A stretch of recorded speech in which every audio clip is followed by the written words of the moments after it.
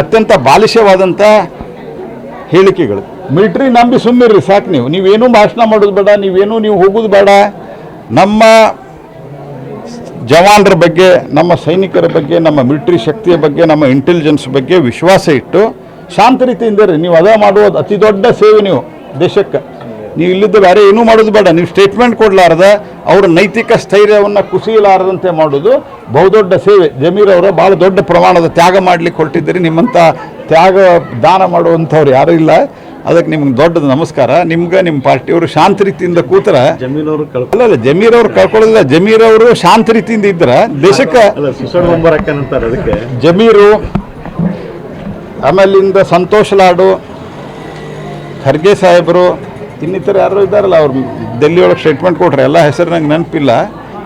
ಸಿದ್ದರಾಮಯ್ಯನವರು, DK ಶಿವಕುಮಾರ್ ಅವರು ಟೆರರಿಸ್ಟ್ಗಳು ನಮ್ಮ ಬ್ರದರ್ ಅನ್ನಲಿಲ್ಲ ಅಂದರೆ ದೇಶ ಅತ್ಯಂತ ಶಾಂತ ರೀತಿಯಿಂದ ನಡೀತದೆ, ರಾಜ್ಯವು ಶಾಂತ ರೀತಿಯಿಂದ.